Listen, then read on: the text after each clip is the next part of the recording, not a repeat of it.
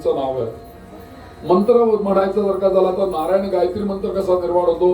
नारायणाय विद्महे वासुदेवाय धीमहि तन्नो विष्णू प्रचोदयात. एका या नारायण गायत्री मंत्रामध्ये 3 नावं विष्णू सहस्रनामामधली येऊन गेली. यातली नावं जर का एक कसं गुंफलेलं आहे बघा, नारायणाय विद्महे वासुदेवाय धीमहि तन्नो विष्णू प्रचोदयात. ही जेव्हा गायत्रीचा जप तुम्ही कराल या नारायण गायत्रीचा, तेव्हा एका गायत्री बरोबर 3 नावं तुमची जपली जातील.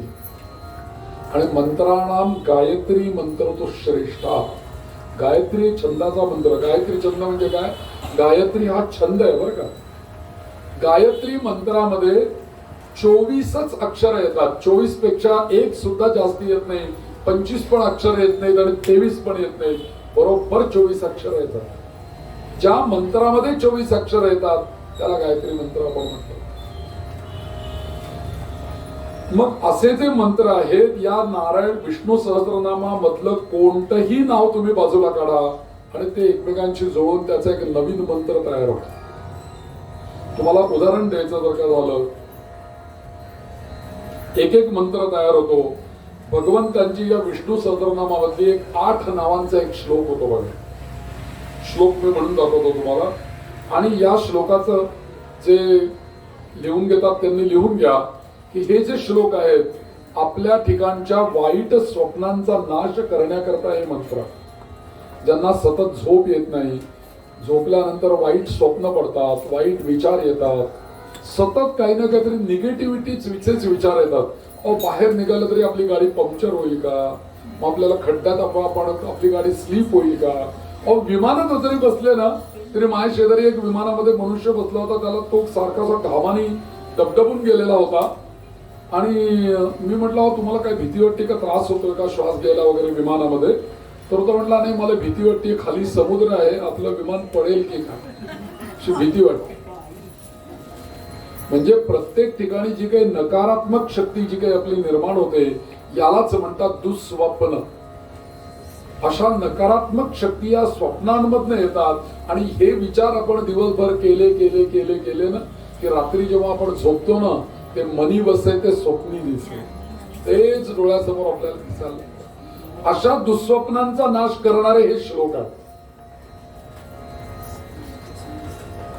म्हणून त्या दुःस्वप्नांचं वाईट फळ नष्ट होतं.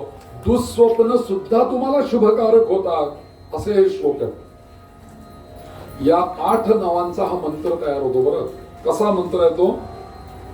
मंत्र आहे अच्युतम केशवम विष्णुम हरिम सत्यम जनार्दनम हंसम नारायणं चैव येतत नामाष्टकम शुभम.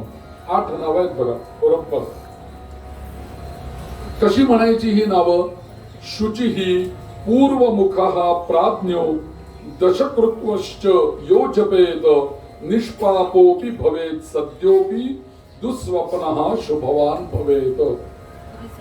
अच्युतम केशवम विष्णुम हरिम सत्यम जनार्दनम हंसम नारायणं चैव. हंसं नारायणं चैव. समजा लिखाण कामामध्ये जरी मागे पुढे जरी झालं तरी मी तिथे ठेवलेलं आहे, त्याच्यावर ते रेकॉर्ड होत आहे, तुम्हाला ते मिळू शकेल. तर चिंता करू नका, ते तुम्हाला मिळेल. हा जो श्लोक आहे म्हणजे म्हणताना कसं ओम अच्युतं केशवं विष्णुं हरिं सत्यं जनार्दनं हंसं नारायणं चैव येतं नामाष्टकं शुभम्. अच्युतं केशवं विष्णुं हरिं सत्यं जनार्दनं हंसं नारायणं चैव येतं नामाष्टकं शुभम्. असं तुम्ही या मंत्राचा जप शुचिही अत्यंत चांगल्या अवस्थेमध्ये शुचिशुद्धतेने पूर्वतो मुख हा जपतो. पूर्वेला तोंड करून जर का याचा जप केला, किती वेळेला जप करायचा आहे? फार वेळेला अजिबात जप करायचा नाहीये. प्राज्ञो दशकृत्वश्च यो जपेत. केवळ 10 वेळेला हा मंत्राचा जप करायचा. मला तुम्ही सांगा किती प्रभावी मंत्र आहे हा. विष्णू सहस्रनामातलीच ही नाव आहे. आणि तुम्ही एखाद्या बुधवारी याचा जप करा, श्रवण नक्षत्र असताना जप करा, एकादशीला जप करा, पौर्णिमेला जप करा आणि कुठेही तुम्ही जप करू शकता कारण हे नामस्मरण आहे. सहजगत्या पूर्वेला बसून 10 वेळेला हा जप केला, मनातल्या वाईट विचार निघून जातील, जो स्वप्नांचा नाश होईल. इतकंच नव्हे, इथे पुढे त्या श्लोकामध्ये ते सांगतायत, जर का आम्हाला दुःस्वप्न पडलेली असतील आणि त्यांचं आम्हाला काही वाईट फल मिळणार असेल तर त्याचंही वाईट फळ आम्हाला शुभकारक होऊन जाईल. इतकं याचं फळ सांगितलं. किती सुंदर आहे मला सांगा तुम्ही. म्हणून अच्युत हे नाव विष्णू सहस्रनामामधलं 318 नंबरचं, केशव हे 648, विष्णू 257 नंबरचं, अशी सगळी नावं एकत्र केलेली आहेत. म्हणून शुचिरभूत होऊन पूर्वेला तोंड करून केवळ 10 वेळेला याचा जप करायचा. आता या विष्णू सहस्रनामाची जी सुरुवात आहे, नामावली आहे, नामस्तोत्र आहे.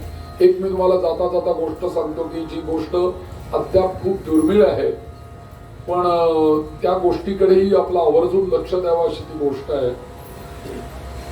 विष्णू सहस्त्रनाम भीष्माचार्यांनी सांगितलेलं, महाभारतात आलेलं, अनेक ठिकाणी आलेलं आणि ज्याच्यावरती अनेक वर्ष जप आणि अभ्यास झालेला असं विष्णू सहस्त्रनाम प्रसिद्ध जर का म्हणाल तर तुम्ही हे आहे. पण भगवान महाविष्णूंच्या स्वतःच्या मुखातून आलेलं, आता हे भीष्माचार्यांच्या मुखातून आलेलं, पण एक नाम स्तोत्र असं आहे की भगवान नारायणांनी स्वतः ते सहस्रनाम स्तोत्र सांगितलंय. आणि कोणाला सांगितलं तर स्वतःच वाहन गरुड, त्या गरुडावर बसून आकाश मार्गाने विहंगम विहार करत असताना भगवान नारायण स्वतःच सहस्रनाम स्तोत्र गरुडाला सांगतात आणि गरुड ते नोंद करून घेतोय. आणि गरुडाशी संवाद करताना नारायणाने सांगितलेलं सहस्रनाम याच्या इतकं श्रेष्ठ असलेलं दुसरं विष्णू सहस्रनाम म्हणजे गरुड पुराणामध्ये हे विष्णू सहस्रनाम आलेलं. आता गरुड पुराण म्हटलं की लोकांना फार भीती वाटते, पण त्यातला भीतीदायक भाग अगदी थोडा आहे, बाकी सगळा विष्णू उपासनेचाच भाग जास्त आहे. कारण गरुड पुराण हे 350 जवळजवळ 392 अध्यायांचं आहे, 18,000 श्लोकांचं आहे. आणि त्या संपूर्ण 392 अध्यायामधले फक्त त्यावेळेला वाचले जातात, सांगितले जातात असे म्हणजे जे प्रथा पडलेली आहे ते फक्त 18 अध्याय आहेत. बाकी सगळी विष्णू उपासनाच गरुड पुराणामध्ये सांगितलेली आहे. आणि त्या गरुड पुराणातलं विष्णू सहस्रनाम अतिशय श्रेष्ठ आहे. अशीच 1000 नावं त्या विष्णू सहस्रनाम स्तोत्रांमध्ये आलेली आहेत. पण हे जे विष्णू सहस्रनाम आहे, या विष्णू सहस्रनामाची कथा अशी सांगितली जाते की महाभारत काळामध्ये युद्धाचा जो काळ होता, महाभारतातलं जे युद्ध झालं, प्रसिद्ध युद्ध कुरुक्षेत्रावरती झालेलं, या कुरुक्षेत्राचं युद्ध अनेक वीर मारले गेले या युद्धामध्ये, पांडव आणि कौरव. आणि आपल्याला माहिती आहे पांडवांमधल्या अर्जुनाचे सारथ्य केले भगवान गोपाल कृष्ण. तिथेच गीता सांगितली अर्जुनाला. आणि हे सगळं युद्ध झाल्यानंतर सगळे मारले गेले, युद्ध संपलं, विजय झाला पांडवांचा, सगळ्या गोष्टी झाल्या. आणि त्या युद्धानंतर महाभारताच्या कथेमध्ये अनुशासन पर्व किंवा शांती पर्व निर्माण होतं. शांती पर्व म्हणजे आता युद्ध नाही, आता शांती, शांती दूत, शांती. तर शांतीचा काळ चालू होतो आणि त्या शांतीच्या काळामध्येच अनुशासन पर्व पण येतं. पांडव सगळे भगवत भक्त होते, धार्मिक होते, गोपालकृष्ण त्यांच्या बरोबर होते. त्यांना असं युद्ध समाप्तीनंतर हे अनुशासन पर्व जेव्हा सुरू झालं तेव्हा त्यांच्या मनामध्ये असा विचार आला की अरे इतके दिवस आम्ही 14 वर्ष वनवासामध्ये होतो, त्याच्या आधी गुरुच्या घरी शिक्षणाला होतो, त्याच्या आधी आम्ही हस्तिनापुराचं राज्य करत होतो, आता आम्ही युद्ध पण केलेलं आहे, त्यानंतर आता आम्हाला राज्य पण मिळालेलं आहे. आणि आता इथून पुढे आम्ही आमच्या जीवनाच्या उद्धाराकरता, कल्याणाकरता आम्ही नक्की काय केलं पाहिजे. अनुशासन या शब्दाचा अर्थ सेल्फ डिसिजन. मला स्वतःला नियम लावून घेतले पाहिजे. तर त्याच्याकरता मी स्वतः काय काय केलं पाहिजे माझ्या उद्धाराकरता, असा प्रश्न पांडवांना पडला. आणि पांडवांनी लगेचच बरोबर असलेल्या गोपालकृष्णांना हा प्रश्न विचारला की आम्ही काय करावं, कोणाचा सल्ला घ्यावा, कसं राहावं. ते गोपालकृष्ण म्हणाले की अरे हा तुम्ही प्रश्न मला का विचारताय. माझ्यापेक्षा वयाने ज्येष्ठ असलेले आणि ज्ञानी सत्पुरुष एवढं सगळं युद्ध होऊन सुद्धा झाल्यानंतर आजही ते जिवंत आहेत आणि ते आपली प्रतीक्षा करत आहेत. तेव्हा सगळ्यांना आश्चर्य वाटलं, अरे कोण आपल्याकडे अजूनही या युद्धामधनं जिवंत कोण राहिलंय? तेव्हा गोपाल कृष्णांनी अर्जुनाला सांगितलं की अरे भीष्म पितामह आहे आणि ते शरद शय्येवरती पडलेले आहेत, ओढलेले आहेत, त्यांच्याकडे आपण जाऊया. मग ह्यांच्याकडे युधिष्ठिर, अर्जुन, हे सगळे पांडव आणि स्वतः गोपाल कृष्ण त्या ठिकाणी येऊन पोहोचले. विष्णू सहस्त्रनामाला महत्व काय आहे? कारण साक्षात भगवंता समोरच भगवंतांची नावं सांगितली, त्याच्या समोरच त्याची स्तुती आहे. म्हणून त्याला फार माने ऐकणारे कोण आहेत? पांडव आहेत, भक्त पण आहेत, भगवंत पण आहेत, आणि सांगणारे कोण आहेत? भीष्म पितामह. तर तिथे आल्यानंतर या विष्णू सहस्त्रनामातला पहिला श्लोक आहे बघा, अगदी जिथे विष्णू सहस्त्रनाम सुरुवात होते तिथे. या विष्णू सहस्त्रनाम म्हणताना आहे ना, एक रुद्र शाप विमोचन विधी म्हणून पण आहे. या विष्णू सहस्त्रनामाला एक शाप मिळालेला आहे की विष्णू सहस्त्रनामाचा आपल्याला परिपूर्ण फल मिळण्याकरता तुम्ही थोडस रुद्राचं काहीतरी जप आधी केला पाहिजे. त्याच्याकरता एक रुद्र शाप विमोचन विधी इथे दिलेला आहे. विष्णू सहस्त्रनामाच्या पुस्तकात तो मंत्र आहे. पण समजा आपल्याला तो मंत्र आला नाही, म्हणता आला नाही, तर एक तुम्हाला काम करण्यासारखं आहे. तुम्ही जेव्हा विष्णू सहस्त्रनाम म्हणाल तेव्हा काय करायचं, एक 11 वेळेला ओम नमः शिवायचा जप करायचा. ओम नमः शिवायचा जप करायचा आणि विष्णू सहस्त्रनाम सुरू करायचं. पुन्हा विष्णू सहस्त्रनाम जपलं, पुन्हा 11 वेळेला ओम नमः शिवायचा जप करा, शाप विमोचन होऊन जाईल. या विष्णू सहस्त्रनामातला पहिला श्लोक येतो, यस्य स्मरण मात्रेण जन्म संसार बंधनात विमुच्यते नमस्तस्मै विष्णवे प्रभ विष्णवे. खरं तर हे भीष्मांचा आणि युधिष्ठिराचा संवाद आहे. त्यातनं हे महाभारतानंतर सुद्धा कितीतरी काळानंतर हे विष्णू सहस्त्रनाम कुठे आलं? इथे एक येतं बघा, वैशंपायन उवाच है ना, वैशंपायन. मग तुम्ही भीष्मांकडे आल्यानंतर मध्येच वैशंपायन कसे काय आले इथे? तर त्याची गोष्ट अशी आहे की भीष्म युधिष्ठिरांच्या संवादाबरोबर महाभारतामध्ये हे विष्णू सहस्त्रनाम येऊन गेलं. पण आपल्याला पुढची कथा माहिती आहे की पांडवांच्या पुढे परीक्षित राजाचा पुढे जन्मेजय, आणि त्या जन्मेजया परीक्षित राजाला सर्पदोष होण्याचा शाप मिळालेला होता आणि सर्पाने दंश होऊन आपले वडील गेले. म्हणून जन्मेजयाने असा एक यज्ञ सुरू केला नंतर पुढच्या काळामध्ये की या पृथ्वी तलावरचे सगळे सर्प मी यज्ञामध्ये आहुतीतून नष्ट करून टाकेल. आणि हा जन्मेजय सगळ्या म्हणजे अमुक सर्पाचं नाव घेतलं की तो सर्प आकाशातून उडून येत असे, कुंडामध्ये पडत असे, जळून जात असे. असे अनेक सर्प त्यांनी नष्ट करायला सुरुवात केली. आणि पुढे अशी गोष्ट झाली की त्या जन्मेजयाला कोणीतरी समजावून सांगायला पाहिजे, म्हणून त्या ठिकाणी वैशंपायन आले. आणि वैशंपायन त्या ठिकाणी आल्यानंतर वैशंपायनांनी या जन्मेजयाला तुझ्या पूर्वजांनी काय पुण्यक्रम केलेला आहे याच्याविषयी ज्या कथा सांगितल्या त्याच्यामध्ये ही गोष्ट सुरुवात होते. म्हणून इथे आलं वैशंपायन उवाच.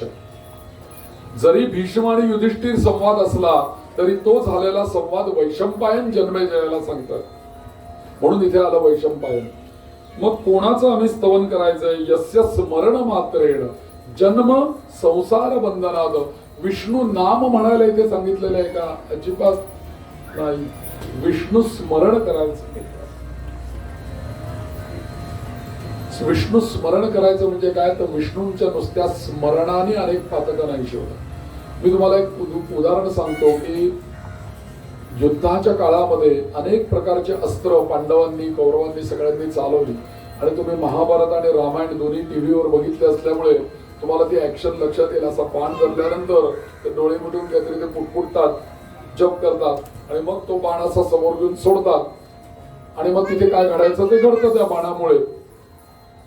आता समजा जर का एखाद्याने अग्निमंत्र जर का सिद्ध केलेले असतील आणि अग्निमंत्र सिद्ध करून मला अग्नि अस्त्र जर का टाकायचं आहे तर तो काय करतो? बाण हातामध्ये घेतल्यानंतर असतात सगळे बाणच, पण त्याला अग्नीचा अधिष्ठान निर्माण होण्याकरता तो मंत्र पुटपुटलेला दिसतो. म्हणजे त्या मंत्राचा सिद्धी करण्याकरता त्यांनी कित्येक लाख कित्येक हजार जप केलेला असतो आणि तो मंत्र सिद्ध केलेला असतो, पण युद्धामध्ये आपल्याला वेळ असतो का पुन्हा त्या मंत्राचा जप करायला?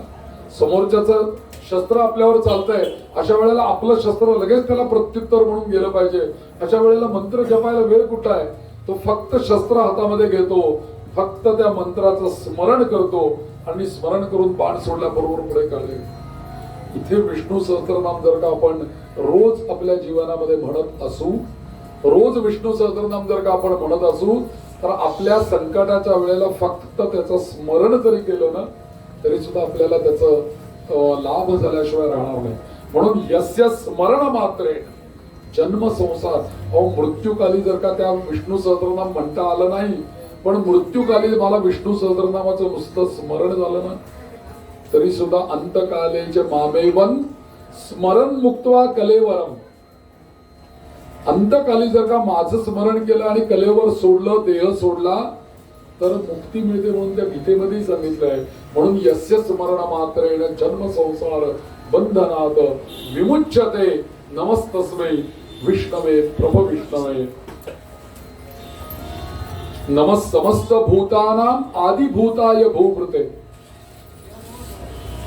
अनेक रूप रूपाय विष्णवे प्रभ विष्णवे.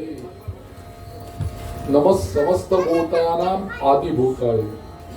हे जे सगळे जे जीव दिसतात ना हे सगळे भूत पात्र, आणि नमः समस्त भूतानां या सगळ्या जीवांच्या पलीकडे आदिभूताय भूभृते जे सर्व या भूतांच्या आधी आहे, त्यांच्यापेक्षा वरती आहे, श्रेष्ठ आहे.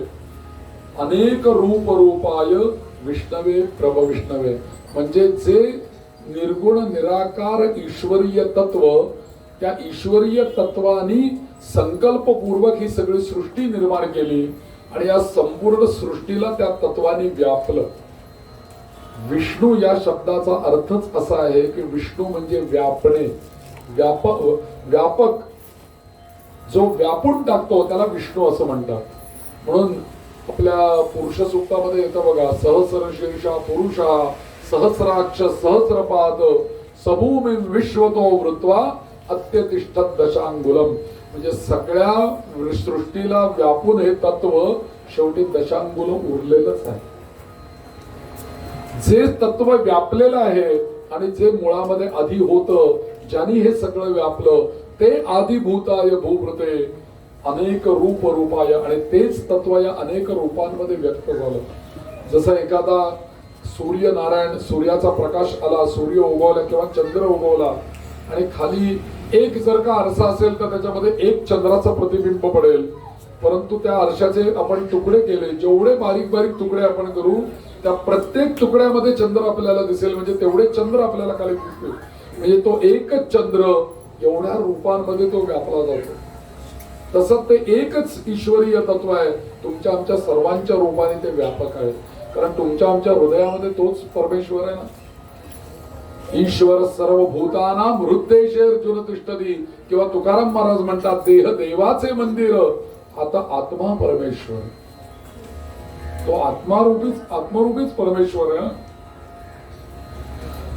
अनेक रूप रूपाय विष्णवे प्रभ विष्णवे.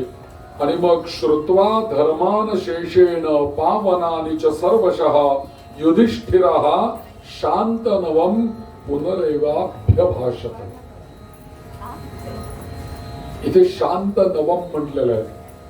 श्रुत्वा धर्मान अशेषेण. आता मी तुला काय सांगतोय की तू सगळा धर्म ऐकलेला आहे, भगवंतांकडनंही ऐकलेलं आहे, सगळं ऐकलेलं आहे.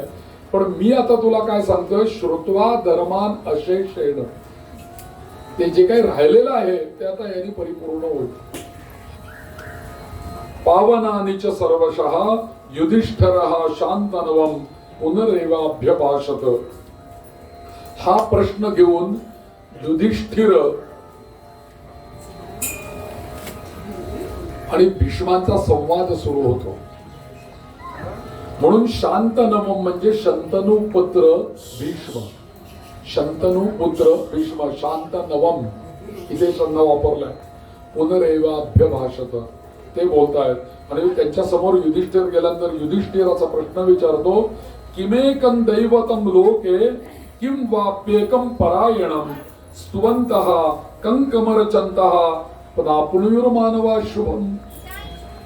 तो धर्मः सर्वधर्माणां भवतः परमो मतः किं जपन् मुच्यते जंतुर जन्म संसार बंधनात। युधिष्ठिर या भीष्माचार्यांना विचारतायत की पितामह मला एक माहिती तुम्ही अशी द्या, किमेकन दैवतम लोके, या संपूर्ण लोकामध्ये, आता लोक असा शब्द इथे वापरला, लोक म्हणजे कोण, आपण सगळे लोक असा अर्थ होतो इथे। तर आपल्याकडे कसं आहे, भूहू भुवाहा स्वहा महा जना तपा सत्य लोक आहे आपल्याकडे। असे 7 लोक वरती आहेत आणि 7 लोक खाली आहेत। अतल तल तलातल पाताल, 7 पाताल आहेत, 7 स्वर्ग आहेत। म्हणून या सगळ्यांना काय म्हटलेलं आहे, या सगळ्यांना लोक म्हटलेलं आहे। या सगळ्या 7 म्हणजे 14 भुवनांमध्ये असं कुठलं काय श्रेष्ठ आहे, किमेकम दैवतम लोके, कुठलं असं दैवत आहे, किं वाप्येकम परायणम, एक ज्याचं पारायण करावं असं कोणतं आहे, आणि ज्याची स्तुती करावी, स्तुवन्तः कंकमर्चन्तः, ज्याचं अर्चन करावं असा कोण आहे, आणि जे केलं असता प्राप्नुयुर मानवाः शुभम, मानवांचं शुभ होईल, कल्याण होईल, त्यांना आनंद मिळेल असं कोणतं दैवत आहे। आणि विचारतो पुढचा प्रश्न, को धर्मः सर्वधर्माणां भवतः परमो मतः किं जपन् मुच्यते जंतुर जन्म संसार बंधनात। कुठला मंत्राचा जप केल्यानंतर या जन्म मरणाच्या साखळीमधून मनुष्यजीव मुक्त होऊन जाईल। मग भीष्म बोलायला लागतात आणि मग भीष्म म्हणतात, जगत प्रभुं देवदेवं अनंतं पुरुषोत्तमं स्तुवन्नाम सहस्रेण पुरुष सततोत्थिता, अशी सुरुवात केलेली आहे। म्हणून या जगत प्रभू अशा पद्धतीने या अनादि निधन विष्णू सर्व लोक महेश्वरम लोकाध्यक्षम स्तुवम नित्यम सर्व दुःखातिगो भवेत, याच विष्णूंचं स्तवन नित्य करावं। आणि तेच दैवत असं आहे, किमेकम दैवतम लोके, विष्णू हे दैवत आहे, किंवा पेकम परायणम, पारायण कशाचं करायचंय, विष्णू सहस्रनामाचं पारायण करायचंय। स्तुवन्तः कंकमर्चन्तः, स्तुती कोणाची करायची आहे, नारायणाची स्तुती करायची आहे। आणि कमरचन्तः, कोणाचं अर्चन करायचंय, नारायणाचं अर्चन करायचंय। आणि हे केलं असता मानवांना शुभ प्राप्त होणार आहे। म्हणून या विष्णू सहस्रनामाला असीम असं जीवनामध्ये महत्व आहे।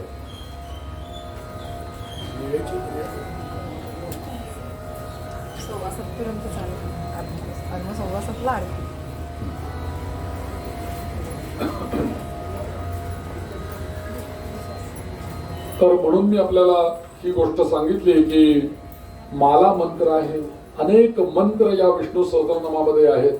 मी तुम्हाला एक जाता जाता अजून एक गोष्ट सांगतो की मागच्या 2 वर्षापूर्वी आपल्याकडे सर्व जगामध्येच आणि त्यातल्या त्यात आपल्या भारतामध्ये सुद्धा विशेष असं संकट, म्हणजे एक संकट आलेलं होतं। ते संकट म्हणजे कोरोनाचं संकट। आणि त्यावेळेला या सगळ्या कोरोना कालावधीमध्ये अनेक लोकांना उपाय म्हणून, अनेक लोकांच्या करता म्हणून जी नावं उपयोगी पडली असा मला सुद्धा स्वतःला अनुभव आला। ज्यांनी केलं त्यांनी सुद्धा मला अनुभव सांगितले। त्या नावांचा आपण विचार करूया। त्या नावांमधली पहिली नावं अशी आहेत, तुम्ही परत लक्षात ठेवायचं, ज्यांना लिहून घ्यायचं ते लिहून घ्या। ती 3 नावं अशी आहेत, अच्युतानंत गोविंद नामोच्चारण भेषजात नश्यन्ति सकला रोगाः सत्यम सत्यम वदाम्यहम। अगदी सर्दीपासून ते कुठल्याही मोठ्या व्याधीपर्यंत एखाद्या पेशंटला जरी तुम्ही कधी भेटायला गेलात ना, तरी सुद्धा त्याच्या उशाशी बसून, त्याच्या जवळ बसून तुम्ही कायम या नावांचा जप करा। स्वतःला काही आजारपण आलं तर या नावांचा जप करा। तुम्हाला त्याच्या पुढचं जाऊन सांगतो की आपल्याला दिवसातनं 2दा 3दा 4दा काही औषधं घ्यावी लागतात, काही गोळ्या असतात, काही लिक्विड असतात। हे औषध घेताना ना फक्त या 3 नावांचं स्मरण करायचं आणि औषध घ्यायचं, कुठलंही असू दे। अच्युतानंत गोविंद नामोच्चारण भेषजात नश्यन्ति सकला रोगाः सत्यम सत्यम वदाम्यहम. या नावांच्या पाठीमागे भगवान शिवशंकरांचा मोठा आशीर्वाद या नावाच्या पाठीमागे आहे. कसा आशीर्वाद आहे की भगवान शिवशंकरांनी कालकूट नावाचं विष समुद्र मंथनातून निघालेलं होतं आणि हे विष निघाल्यानंतर हे विष या शंकरांनी प्राशन केलं आणि नुसतं प्राशन केलं नाही तर ते प्राशन करून ते पचवलं पण. आणि हे सगळी कथा झाल्यानंतर या सगळ्या गोष्टी झाल्यानंतर एक दिवशी शिव आणि पार्वती शेजारी शेजारी बसलेले असताना पार्वती शिवांना असा प्रश्न विचारते की देवा आपण ते विष प्राशन केलं आणि ते एवढं लीलया ते सहजगत्या पचवलं, कशामुळे तुम्हाला हे साध्य झालं, कशामुळे हे तुम्हाला जमलं. त्यावेळेला भगवान शिव सांगतात की नारायणाच्या या 3 नावांचा मी स्मरण केलं. अच्युत, अनंत आणि गोविंद या 3 नावांचं मी स्मरण केलं आणि या 3 नावांचा प्रभाव एवढा मोठा आहे की कालकुटासारखं विष जे निर्माण झालं हे विष मी सहजगत्या ते पचवून गेलो. म्हणून शतकोटीचे बीज वाचे उच्चारी. मुखामध्ये त्यांनी नाम ठेवलं, हृदयामध्ये ध्यान ठेवलं, त्यामुळे ते विष हृदयापासून खाली गेलं नाही आणि मुखातही राहिलं नाही. मग त्याला स्थान त्यांनी कुठे दिलं? नीलकंठ, कंठामध्ये त्यांनी स्थान दिलं. मग इथे ते म्हणतात, शंकर स्वतः भगवान म्हणतात यो जपे प्रयतो भक्त्या प्रणवाद्यम नमोन्तकम. हे नाव म्हणत असताना कसं म्हणायचंय? नमोन्तकम म्हणजे याच्याकडे नमः आलं पाहिजे. म्हणजे म्हणताना म्हणायचं अच्युताय नमः, अनंताय नमः, गोविंदाय नमः असं म्हणायचं ते. तस्य आणि कशा करता म्हणायचंय ते? तस्य मृत्यू भयं नास्ति विषरोगाग्निजं महत नामत्रय महामंत्रम जपेत यः प्रयतात्मवान. कशा कशामुळे आपल्याला याच्यापासून मुक्ती मिळते? विषापासून मुक्ती मिळते, रोगापासून मुक्ती मिळते, अग्नीपासून आपल्याला भय राहत नाही, मृत्यूचा आपल्याला भय राहत नाही. अशी ही 3 नावं अच्युताय नमः, अनंताय नमः, गोविंदाय नमः ही 3 नावं. फक्त त्याला नुसतं अच्युत, अनंत, गोविंद असं नाही म्हणायचं. त्याला काय म्हणायचं? चतुर्थी विभक्ती संस्कृत मध्ये म्हणायची अच्युताय आणि पुढे नमः म्हणायचं, नमस्कार करायचा. म्हणून या अच्युत, अनंत आणि गोविंद या नामस्मरणाचं फार मोठं महत्व आहे. एक दुसरी गोष्ट अशी आहे की या कोरोना कालावधीमध्ये या नावाचा जप काही लोकांनी अक्षरशः 1000 वेळेला, 108 वेळेला पासून 1000 वेळेला, 5000 वेळेला, 10,000 वेळेला सुद्धा जप केलेले लोक आहेत. कारण त्यावेळेस सगळं लॉकडाऊन होतं, घरातून तर कुठे बाहेर पडायचं नव्हतं. पण आपल्याला आजार पण येऊ नये आणि मृत्यू भय नाहीसं व्हावं याकरता अनेक लोकांनी याचा जप केलेला आहे. आता एक दुसरं नाव सांगतो. आपल्याला घरातून बाहेर जाताना, घरामध्ये येताना सतत आपल्याला फक्त 4 वेळेला नारायणाचं नाव घ्यायचं. तुम्ही घरातनं बाहेर पडताय, कुठल्याही कामाला तुम्ही बाहेर पडा घरातनं, फक्त बाहेर पडताना नारायण नारायण नारायण नारायण 4 वेळेला म्हणा. कुठल्याही कामाला गेला, बाहेर पडताना तुम्ही म्हणून ते चाला. गाडी चालवायला बसलो, नारायण नारायण नारायण नारायण, मग गाडी स्टार्ट पुढे जायचं. कुठल्याही वेळेला बाहेर पडताना जर का तुम्ही 4 वेळेला नारायण या नावाचा जर का उच्चार तुम्ही जर का केला तर तुम्हाला त्या कुठल्याही कार्यामध्ये यश मिळेल म्हणून सांगितलं. तुम्हाला एक त्याचं नारायण नामाचा एक मोठा चमत्कार एक तुम्हाला मी कथा सांगतो, म्हणजे तुमच्या लक्षात येईल.